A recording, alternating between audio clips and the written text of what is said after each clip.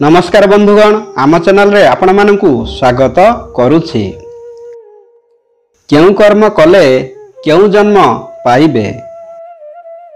वीडियोटी आरंभ करने पूर्व आपण मानकु मोर अनुरोध, वीडियो को गोटे लाइक एवं आम चैनल को सब्सक्राइब करंतु। चलंतु जानिबा मनुष्य क्यों कर्म कले क्यों जन्म मिले।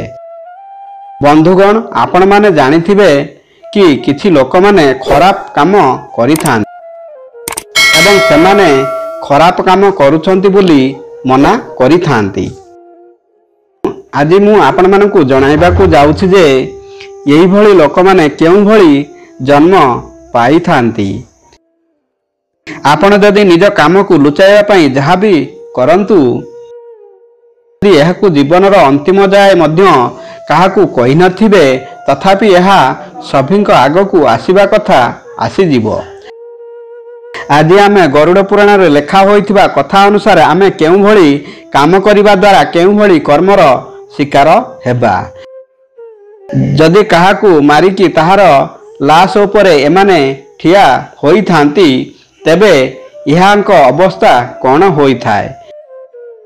जदि जने मनीष होई जाइछि, मात्र से सन्यासी हेबा परे जदि स्त्री सह संपर्क रखे, तेबे से आगजन्म विस्तार कृमि होई जन्म नेबे। आपण जदि सबु बेले सभिंक सह झगड़ा करिथांती, तेबे आपण आगजन्म रे एक बिलेई होई जन्म नेबे। जो माने बेले बेले अजथा कथारे चित्कार करिथांती, से माने आगजन्म रे काऊ होई जन्म होई थांती। आपण जदि लोभी होई थांती, जहा किछि आपण काहाकू किछि देई नथांती, तेबे आपण आर जन्म रे छेली होइकी जन्म नेबे। जो माने पर नारी किंबा पर धन को ग्रहण करिथांती, सेमाने कंकड़ा होई जन्म होई थांती। जो माने खाद्य पकाई थांती एवं अखाद्य को ग्रहण करिथांती, सेमाने पर जन्म रे घुसुरी होई जन्म होई थांती। जो माने सबु बेले बाग युद्ध रे आगुआ थांती एवं हिंसा आचरण करिथांती, सेमाने आर जन्म रे कुकुर होई जन्म होई थांती। जो माने सबु बेले माली मकदमा करिबा पई भल पाई थांती, सेमाने मेंढा जन्म होई थांती।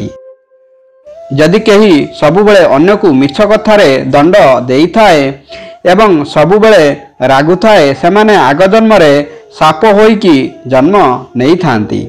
जो माने बापा मां को सम्मान देई न थांती, सेमाने परजन्म रे मुक होई जन्म होई थांती। बंधुगण, वीडियोटी भल लागिले वीडियो गोटे लाइक एवं आम चैनल को सब्सक्राइब करिया को भूलिबेनी। धन्यवाद। जय श्री कृष्ण।